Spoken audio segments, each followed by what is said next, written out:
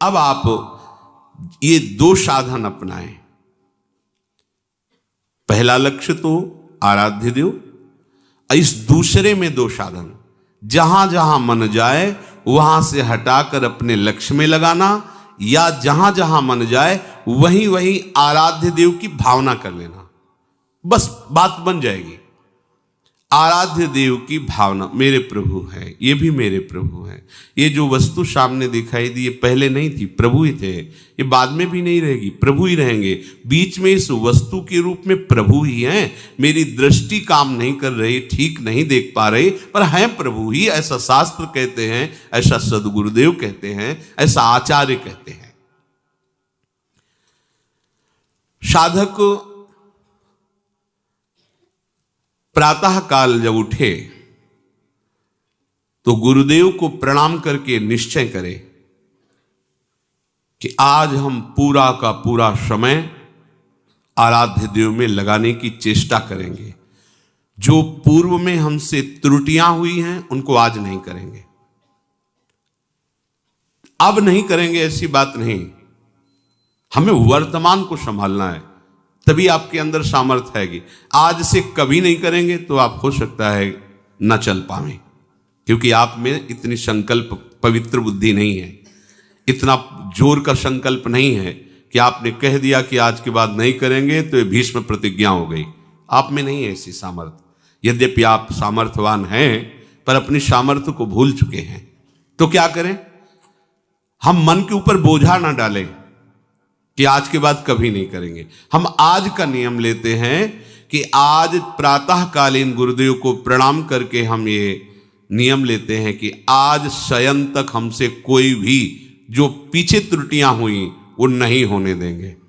पूरा का पूरा समय भगवत चिंतन करते हुए ही हम कार्य करेंगे। जो भी व्यवहार करेंगे वो अपने प्रभु के लिए करेंगे। ठीक। अगर रात्रि में शयन करते समय हम पुनः इसका चिंतन करें कि जो हमने प्रातःकालीन नियम लिया था उसमें कितनी त्रुटि हुई, ये करना ही चाहिए उपासक को। ओह, आज तो इतना समय चूक हो गई, तो चिंतन करते हुए शयन करें, प्रातःकालीन फिर नियम ले। जो कल त्रुटि हुई थी वो आज नहीं हो। एक दिन साधक देखेगा कि उसका मन असाधन रहित हो गया है, त्रुटि रहित हो गया है। पर आपको जांच करनी होगी, रोज का रोज आपको जांच करनी होगी, रोज का रोज आपको नियम लेना होगा, सुधार करना होगा। ये प्रारंभिक साधन की बात है। तीसरी बात कह रहे हैं, मन को वश में करने के लिए नाम जप सर्व सामर्थ्यशाली साधन है। लक्ष्य श्यामा श्याम, जहां जहां मन जाए वहां वहां से हटाकर लक्ष्य में श्यामा श्याम में लगाना, या जहां जहां मन जाए वहां श्यामा श्याम को देखने की भावना करना। प्रातः काल से शयन काल तक की दिनचर्या को जांच करके उसमें त्रुटियों को निकालना। अब ये निश्चय कर लेना कि नाम हमारा जीवन है। ये बहुत बड़ी बात। जो चाहत है नित्य सुख, अरु मन को विश्राम, हित ध्रुव हित सो भजत रहू, पल पल श्यामा श्याम श्यामा श्याम। मन चंचलता रहित हो जाएगा, नित्य सुख का अनुभव प्रकट हो जाएगा। आपको आवश्यकता है प्रतिपल श्यामा श्याम श्यामा श्याम। राधा वल्लभ श्री हरिवंश, राधा वल्लभ श्री हरिवंश। नाम जप सर्वश्रेष्ठ महामहिम भगवत प्राप्ति का, मन को शांत करने का, समस्त कामनाओं की पूर्ति का अचूक उपाय है। अचूक। आपको विश्वास करना होगा, जो चाहिए आपको प्राप्त हो जाएगा।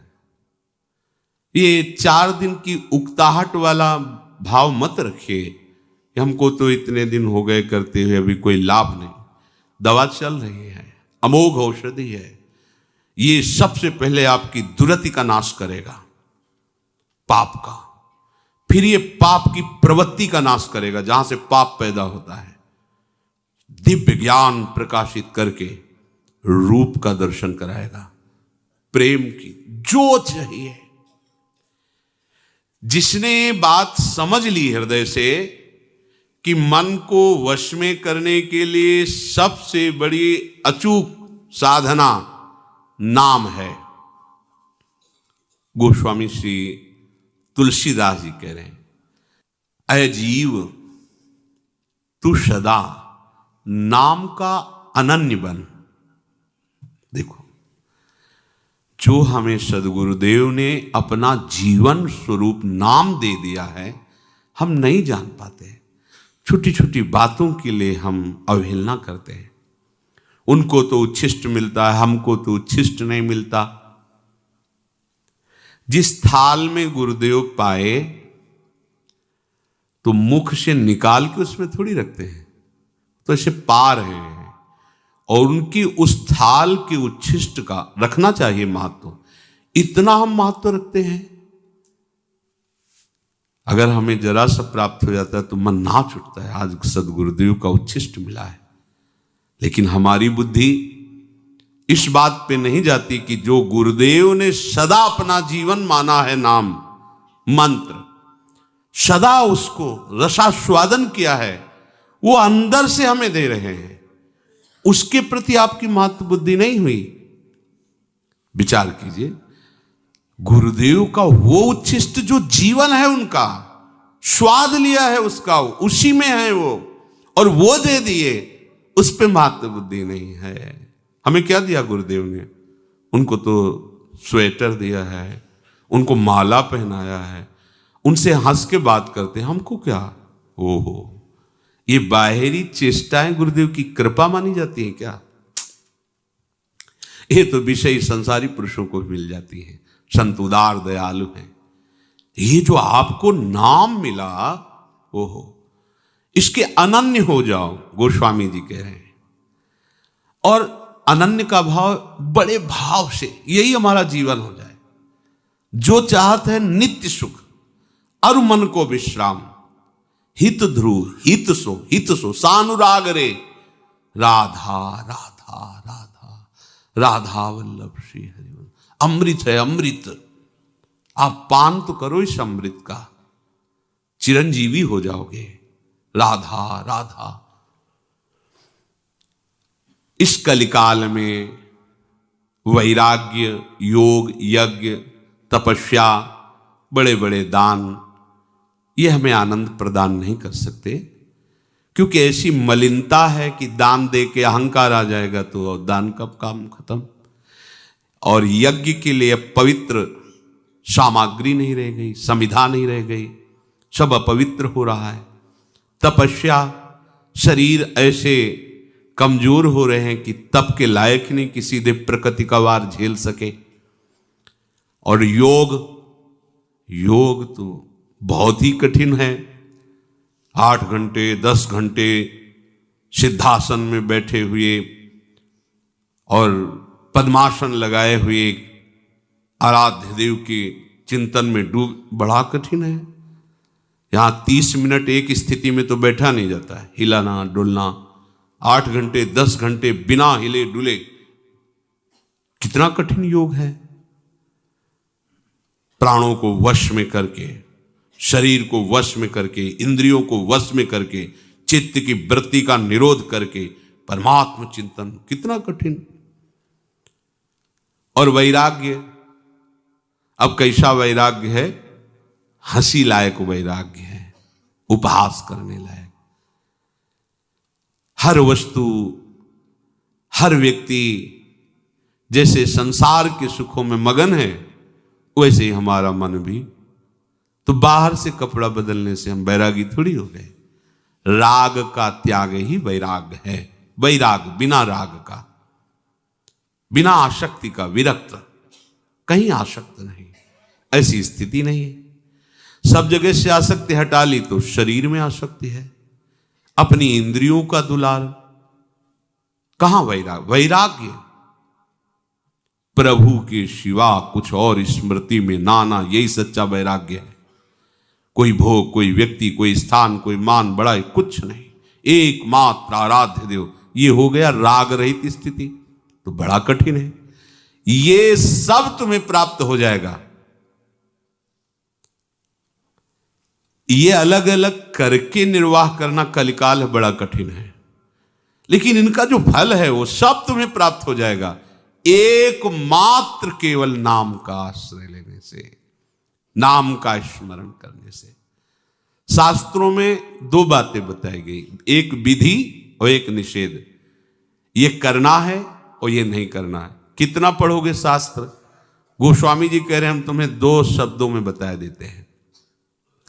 मेरी अनुभूति और सम्मति, प्रभु का स्मरण करना सब विधियों का परम विधि है। नाम जप रहे हो, पूरा विधि से चल रहे हो आप, और प्रभु का नाम भूल गए, सबसे बड़ी निषिद्ध बात हो गई। दो बातों में बांध दिया।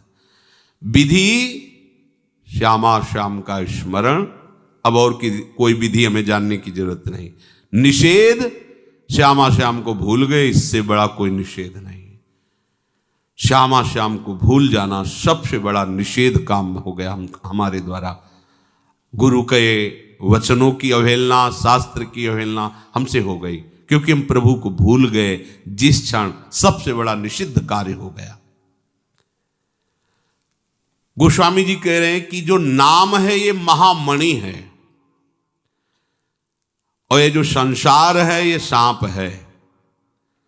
अगर ये कुछ भी तुम्हें सुख दिखाई दे रहा है इसमें, तो उसी आनंद समुद्र के एक अंश का है, और उस सुख का परम सुख नाम, उसको ले लो, संसार से अलग कर लो। जैसे सांप से मणि अलग कर लो तो फण पटक कर मर जाएगा, ऐसे ही तुम नाम शुरू करो, ये संसार मर जाएगा।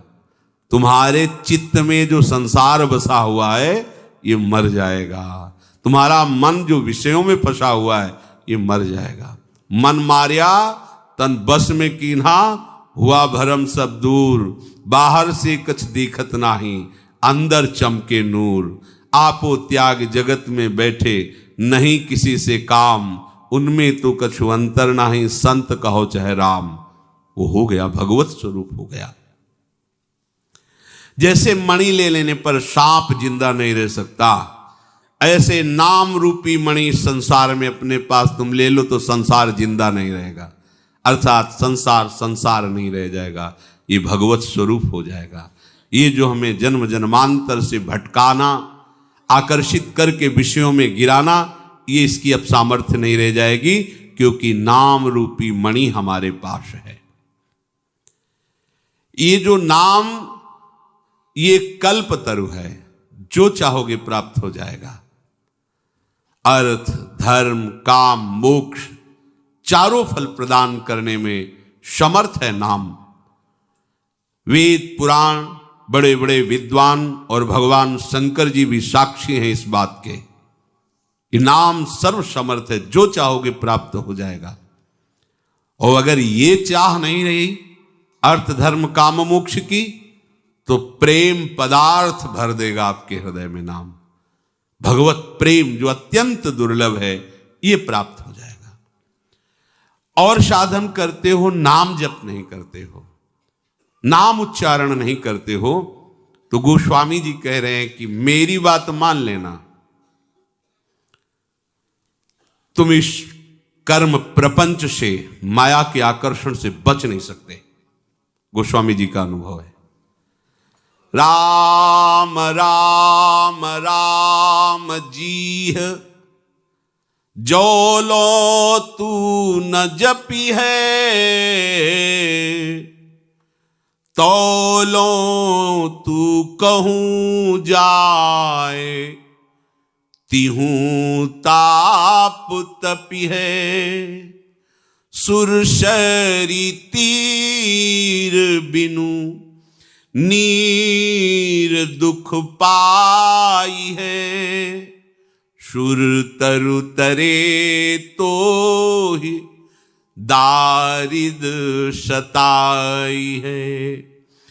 जागत बागत सपने न सुख सोई है, जन्म जन्म जुग जुग जग रोई है।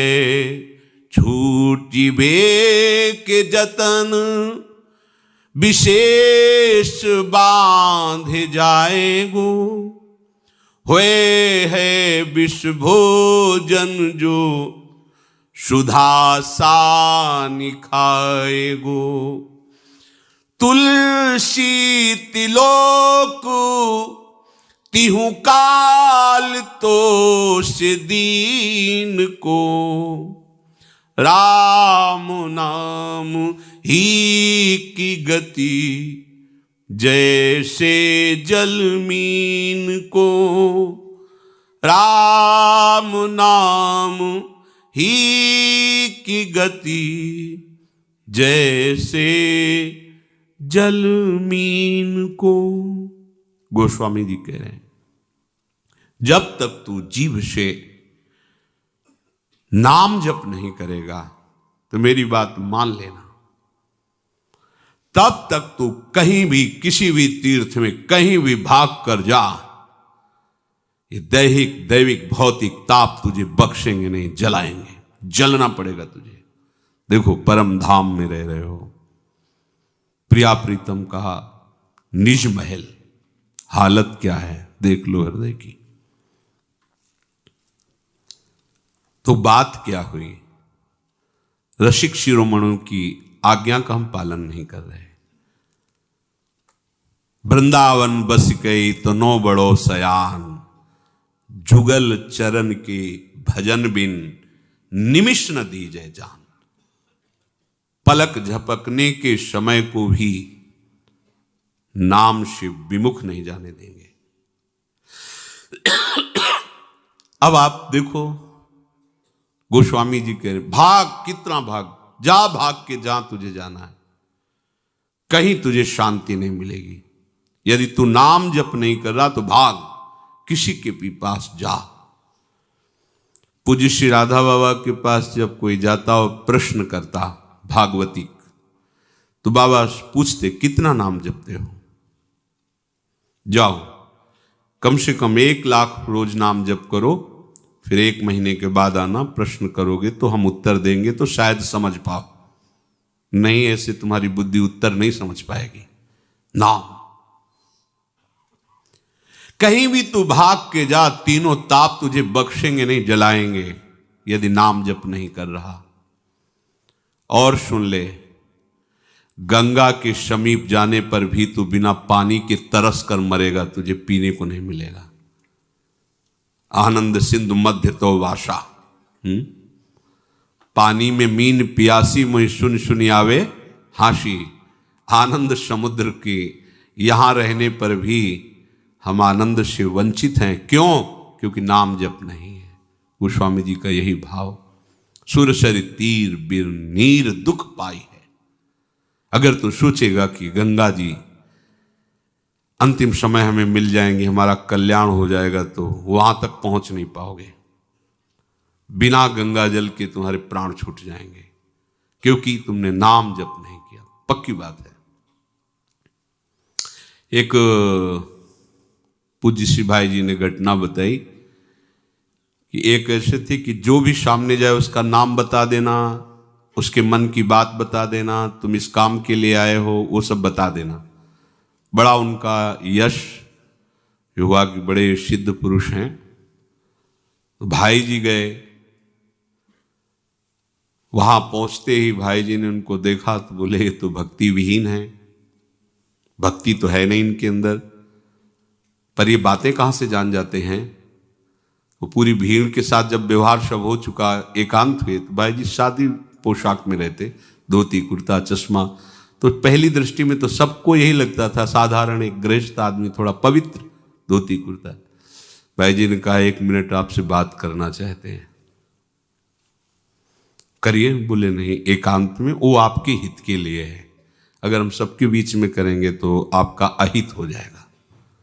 तो दृष्टि में जब दृष्टि मिली तो उनका हृदय कांप गया, क्योंकि भागवतिक दृष्टि में एक पावर होता है। एकांत हुए तो उन्होंने कहा, आपको कोई भागवतिक सिद्धि तो है नहीं, फिर आप दूसरे के मन की बात कैसे जान जाते हैं? आप स्पष्ट मुझे बताइए। तो हाथ जोड़ा और कहा, हमारी बात किसी से कहना नहीं।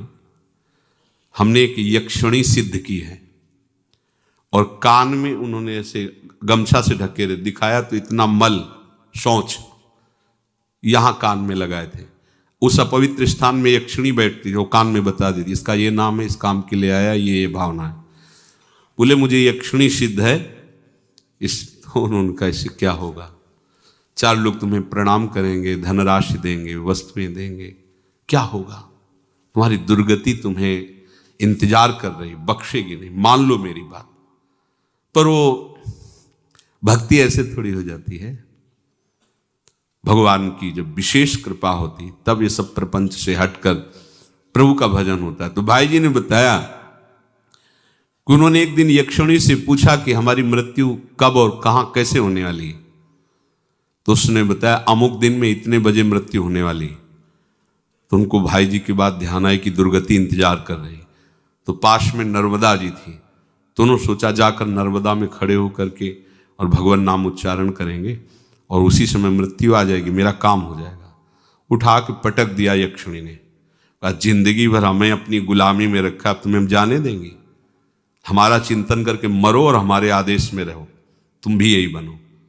ये गोस्वामी जी जो कह रहे इस बात को समझो। सुरसर तीर बिन नीर दुख पाई है, सुरतर उतरे तो दारिद सताई है। कल्प वृक्ष भी मिल जाए तो तुम दरिद्र ही बने रहोगे, क्योंकि नाम रूपी धन नहीं।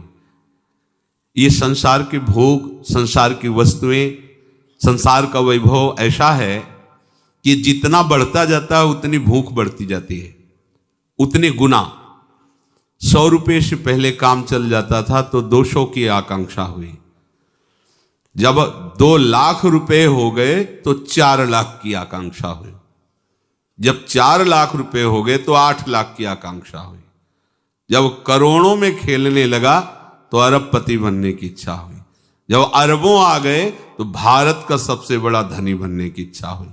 भारत का धनी बन गया तो विश्व में सबसे ज्यादा धनाढ्यमय हूं, अगर वो भी हो जाए तो देवराज के पद की भावना जागृत हो। ये सुरसा है, सुरसा। ये दुगना अपना मुख बढ़ाती चली जाएगी, कितना आप कामनाओं की पूर्ति।